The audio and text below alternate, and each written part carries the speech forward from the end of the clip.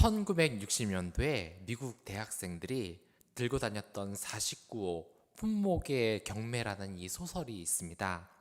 당시 미국 대학생들 사이에 책상과 화장실 벽에 이 책이 등장했는데요. 그 그림을 그리는 게 굉장히 유행을 했습니다.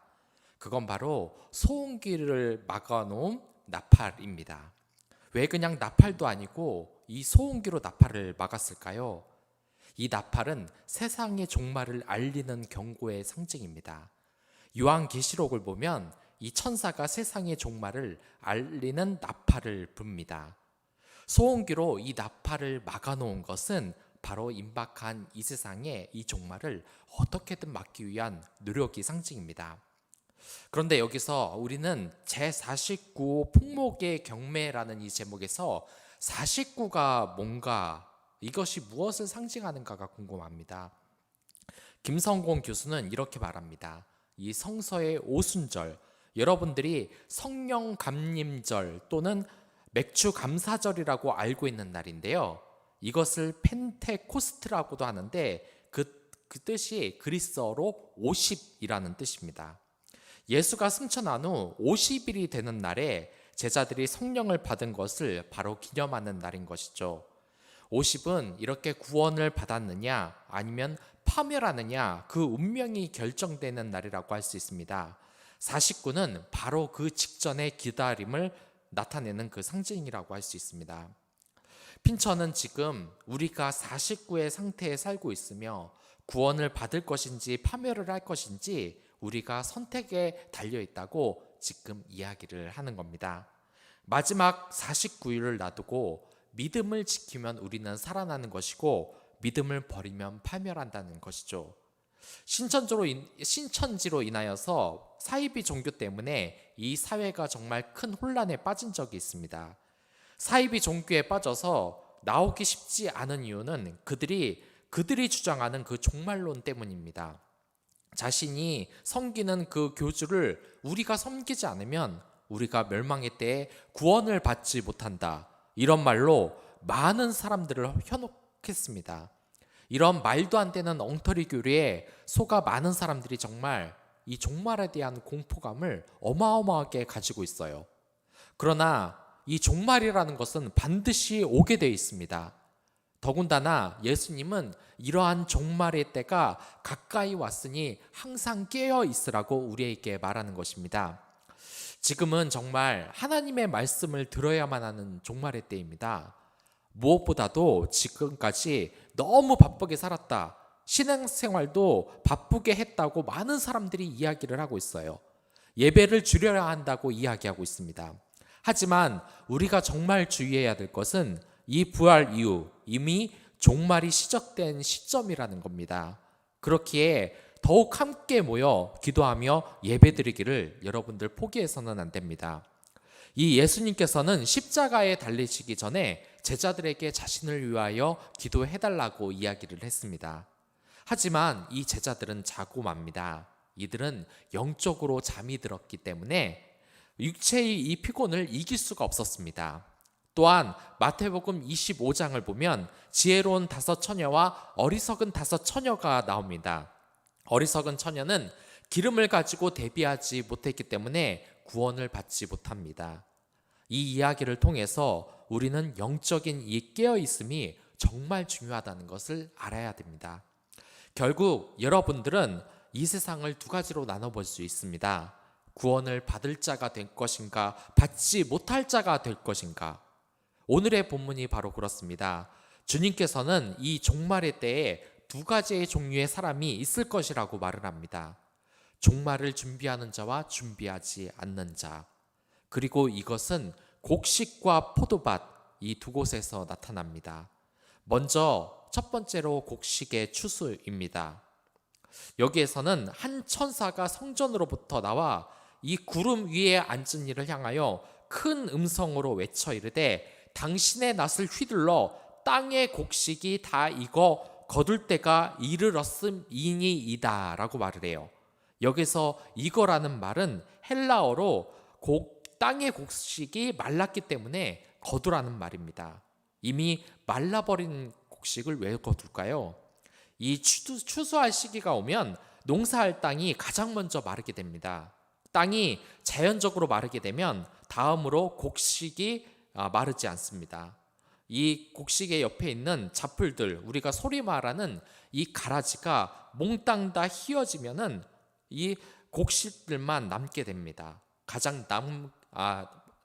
나중에 남는 이 곡식을 추수하고 그 잡풀들이 말라가기 시작할 때 성경은 휘어졌다는 표현을 써요. 예수님께서 너희 눈을 들어 밭을 보라, 휘어져 추수할 때가 되었도다. 요한복음 4장 35절에 이렇게 말씀하시죠. 이게 바로 마지막으로 곡식이 남은 때에 낫으로 추수를 한다는 것을 뜻합니다. 물론 처음에는 모두들 열심히 합니다. 이런 교회에 다니면서 어느 누구도 이런 가라지에 속하지 않으려고 해요. 곡식에 속하려고 합니다. 이런 교회 다니면서 예배하는 사람들은 거의 대부분 예수님의 그 첫사랑을 경험해 본 사람입니다. 하지만 여기에서 중요한 것이 바로 이겁니다. 추수할 때가 올 때까지 과연 그 첫사랑의 감격을, 열정을 계속해서 유지를 하느냐, 메말랐느냐가 말이죠. 처음에는 모두 그런 순간이 있기 마련이에요. 뜨거울 때는 정말 새벽같이 일어나서 가족들과 직장 동료를 위해 기도합니다. 피곤한 몸도 신경 쓰지 않고 주일학교 교사가 되고 차량 봉사 등 뜨거워요. 하지만 잠깐 그러는 것과 유지하는 것은 완전히 별개의 문제입니다. 이것은 목회자나 직분자나 다 겪는 문제예요. 처음에는 정말 뜨거운 열정으로 교회를 같이 세우지만 시간이 지나면서 오히려 목회자가, 직분자가 이 교회에서 열정을 식히는 주범이 되는 경우가 있습니다. 만약에 이 상태가 유지된다면 정말 위험합니다. 이 교회에서 가장 영향력이 큰 것은 목회자 중 담임 목사님입니다. 그 다음이 중책을 맡고 있는 직분자들입니다. 교회는 이들의 영적 상태를 따라가기 마련이에요. 왜냐하면 이들은 하나님이 세우신 대리인이기 때문입니다. 이들이 잘 세워진 교회는 그 성도들이 열정에 끊임없이 머무는 게 대부분이에요. 하지만 그런 직분자들의 열정이 식으면 교회 공동체 정체가 생기가 없고 마르게 된다는 것입니다. 그렇다고 우리가 뜨겁지 못한 것을 교회의 직분자 탓으로 돌릴 수는 없습니다. 이건 순전히 개인의 책임입니다. 이게 작은 차이인 것 같아도 성령도 휘발유를 연료로 쓰는 것처럼 채워주지 않으면 산화가 되고 맙니다.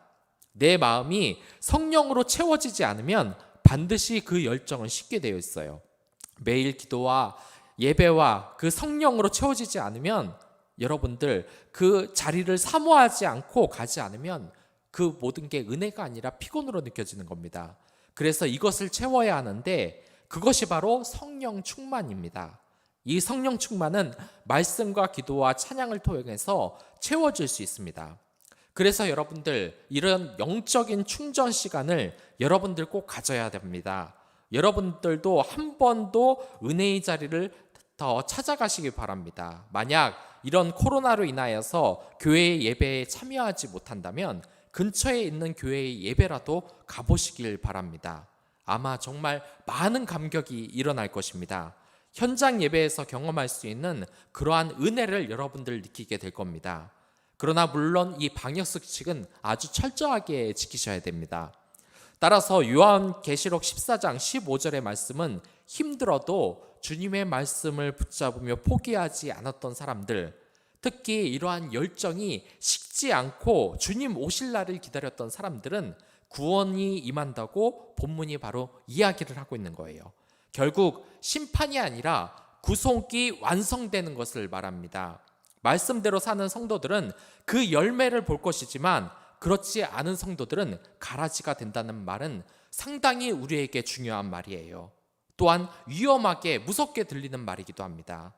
하지만 우리가 정말 알아야 될 것은 우리가 이 위험을 알아야 이것을 피할 수 있다고 이 요한은 이 요한계시록을 통하여서 우리에게 말하고 있는 겁니다. 그리고 이제 두 번째 심판이 나오는데 여기에서는 포도송이를 천사가 직접 거두어 갑니다. 그런데 여기에서는 앞에서 곡식을 추수하는 것처럼 축복을 이야기하는 게 결코 아니에요. 이 포도송이는 곡식과 아예 다른 뜻을 가지고 있습니다. 이 천사도 하늘 성전에서 나오는데 이 천사 역시 하나님 아버지로부터 보냄을 받은 천사예요. 그리고 이 천사도 낫을 가지고 있습니다. 그리고 여기에서 포도가 익었다는 표현이 나옵니다. 여기서 익었다는 바로 헬라어로 꽃이 절정으로 핀 그런 상태를 의미합니다. 심판을 표현하는 이 부분에서 사용이 되었어요. 이 꽃이 만개해서 절정에 달하면 그 모습이 정말 아름답습니다. 그 모두들 그 아름다움에 정말 매혹이 돼요. 이 벚꽃이 만개했을 때 많은 사람들이 그 모습을 보고 아름답다고 생각하지 않았습니까? 그러나 여러분들, 이 꽃이 절정에 이를 때 그 다음은 지는 과정이 있습니다. 곧 꽃이 떨어질 것이고 푸름도 시들해지는 일이 곧 나타난다는 거예요. 우리 세상에서 사는 악인들의 운명이 바로 이런 겁니다. 그들이 복을 받을 때는 정말 잘 되는 것 같습니다. 악인들은 항상 잘 되는 것 같아요. 그들이 잘 되는 모습을 보면 정말 부러울 때가 많아요. 여기서 표현된 이 포도송이도 마찬가지입니다. 말씀 밖에서, 구원의 섬 밖에서 말씀을 거역하고 대항하며 살아왔던 존재가 꽃피는 것처럼 절정을 향하여 이 포도송이를 피우지만 결국 이 포도송이가 다 익으면 이제 시드는 일만 남은 겁니다. 이제 그들의 부득이 영화는 모두 없어져요. 이 세상 운명이 바로 그러한 겁니다. 지금 사람의 힘으로 키워진 나라가 절대 무너지지 않을 것 같다고 많은 사람들이 이야기를 했습니다. 하지만 하나님께서는 잘 되는 악인들, 잘 되는 나라들도 반드시 무너뜨리시는 분입니다. 하나님께서는 이 느부갓네살 왕의 꿈에서 그렇게 망할 것 같지 않았던 바벨론을 망하게 했고 페르시아 또한 망하게 했습니다. 또한 로마 제국도 망했죠. 아무리 무너지지 않을 것 같은 왕국이라고 해도, 이 세상 권사라고 해도 반드시 무너지게 돼 있습니다. 이 장면에서 불을 다루는 천사가 낫을 휘두르는데 하나님의 말씀을 행한다는 것을 뜻하는 겁니다. 여기서 하나는 여기에 해당하는 존재들처럼 말씀을 거역하고 듣지 아니하는 자가 자기 힘을 의지하고 살던 사람들의 그 그룹으로 나눠진다는 것을 이야기하고 있어요. 이 사람들은 이제 자기가 마음대로 살아면서 누렸던 이 포도송이의 영광이 낫으로 인해 완전히 베어짐을 당하는 겁니다. 이제 모든 복이 다 떠나가고 만 것이에요. 그리고 그 포도주는 진노의 포도주 틀에 던져진다고 이야기를 하고 있습니다. 그리고 그 틀이 밟히고 맙니다. 여기에서 포도주의 피가 튀었다는 것은 그들이 심판을 받았다는 것을 바로 의미해요. 그 틀을 밟았을 때 피가 나서 말 굴레에까지 닳았고 1600 스다디온에 퍼졌다고 이야기를 하고 있습니다. 이것은 피가 그만큼 높이 튀었다는 것을 말하는데 어마어마한 벌을 받았다는 것을 의미합니다. 또 여기서 1600 스타디온이란 바로 320km 거리를 말하는데 거기까지 피가 튀었다는 거예요. 그 거리 끝에 아마게돈 지역이 있습니다. 이 아마게돈은 인류가 최후의 멸망을 당할 전쟁이 벌어질 곳입니다. 그리고 여기에서 성이 등장합니다. 이 성은 구원받은 예루살렘 성을 뜻합니다. 그리고 이 포도송이가 성 밖에 있는 포도주 틀에 던져졌다는 것은 악의 세력이 구원받지 못하고 심판을 받는 것을 의미합니다. 이들은 선 밖에서 말씀을 거절했던 존재입니다. 이 세상에 성공한 사람들의 열매는 정말 우리가 보기에 탐스럽습니다. 그러나 그런 사람들의 종말은 그들이 정말 이 세상에서 최고의 정성기를 누릴 때 멸망이 찾아온다고 요한계시록은 말하고 있습니다. 우리가 이러한 세상의 즐거움에 빠져 악인들을 따른다면 정말 그 멸망에 이른다는 것을 지금 이야기하고 있는 거예요. 하나님이 사도 요한을 통해 이 마지막을 미리 보여주는 이유가 하나입니다. 바로 우리가 곡식으로서 남아있어야 된다는 것이죠. 이때 하나님이 지쳐가는 이 선도들에게 요한은 끝까지 믿음을 지키길 바랬습니다. 너희들이 끝까지 이 믿음을 지킨다면 이 종말의 때가 오면 반드시 보상을 받는다고 이야기를 하는 것이죠. 그러면서 그들의 피곤을 풀게 하고 다시 한번 힘을 솟게 하는 것입니다. 그렇기 때문에 이 요한계시록은 종말에 관한 협박과 공포감을 조성하는 책이 아닙니다. 이 책은 종말에 관한 이야기에 성도들의 얻을 영매와 희망을 이야기하고 있는 거예요. 오늘도 내 인생에서 여러분들 정말 잘 되지 않는 일들이 있으십니까? 내가 왜 손해를 계속 겪어야 하는지, 이렇게 살아야 하는지 그 이유가 이해가 되지 않고 도무지 내 인생에 대해 해석이 되지 않는 삶을 살고 계십니까? 그러면 마지막 끝까지 남는 자로서 이 계시를 여러분들 꼭 붙들길 바라겠습니다. 끝까지 믿음해 주시며 온전케 하시는 이는 예수에 대한 그 믿음을 가지고 궁극적인 이 약속을 붙잡아 오늘 늘어뜨렸던 이 두께 어깨에 힘을 얻고 말씀으로 일어서시길 바라겠습니다. 그러니 이 종말의 때에는 교회의 공동체에서는 곡식과 가라지로 남겨지게 돼 있어요. 하지만 이 예배에 참여하는 모든 분들은 곡식으로 남기를 진심으로 기도합니다. 그리고 교회의 공동체 밖 악의 세력인 이 포도송이가 하나님의 진노를 받습니다. 그러나 이 세상의 것에 미련을 두는 것은 그리스도인이 해야 할 것이 아니고 그들에게 긍휼한 마음을 갖는 것도 이 그리스도인이 가져야 할 마음인 것입니다. 우리가 알아야 될 것은 지금 종말의 때이므로 이런 어려운 상황을 늘 믿음으로 부여잡아야 한다는 것입니다. 누구나 그렇게 이야기를 합니다. 어떤 이는 이 코로나로 인하여서 곡식과 가라지가 지금 갈라졌다고 이야기를 하고 있습니다. 이제 구별이 됐다는 거예요. 열정이 식은 자들에게는 이게 무슨 협박처럼 들릴 수도 있겠습니다. 그럼에도 불구하고 제가 이 말을 하는 것은 영적으로 이제 깨어날 때라는 것을 하나님의 말씀으로 전해야 하기 때문입니다. 지금 전도하기에 정말 너무나 척박한 때입니다. 하지만 그럴수록 여러분들 더욱더 힘을 내시길 바랍니다. 더욱더 전도에 힘을 쓰며 특히 믿지 않는 가족들이 있는 분들이 있다면 정말 그들이 강박한 마음을 가지지 않도록 함께 모아 기도를 할 때입니다. 먼저 함께 모여 기도할 수 있는 처소를 마련하십시오. 코로나로 인하여서 힘들다면 줌을 통하여서 각자의 처소에서 기도처를 만들고 기도하는 시간을 꼭 가지시길 바라겠습니다. 만약 교회에서 여러분들이 그렇게 열정에 대해서 혹시 이렇게 말하는 교육자가 있습니까?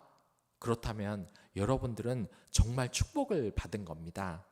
그로 인하여서 여러분들은 정말 잃어버린 그 첫사랑의 감격을 얻을 수 있을 것이기 때문입니다. 여러분들의 마음이 이렇게 차갑게 식었다면 그 회복을 위하여서 항상 기도하시기 바랍니다. 그 첫사랑에 대한 마음은 반드시 여러분들 하나님께서 주시도록 돼 있습니다. 그럼 이 시간, 이 시대의 영혼들이 가라지가 되는 것이 아니라 포도송이에 머무르는 것이 아니라 곡식이 될 수 있도록 그들의 영혼을 위하여 다 같이 기도하겠습니다.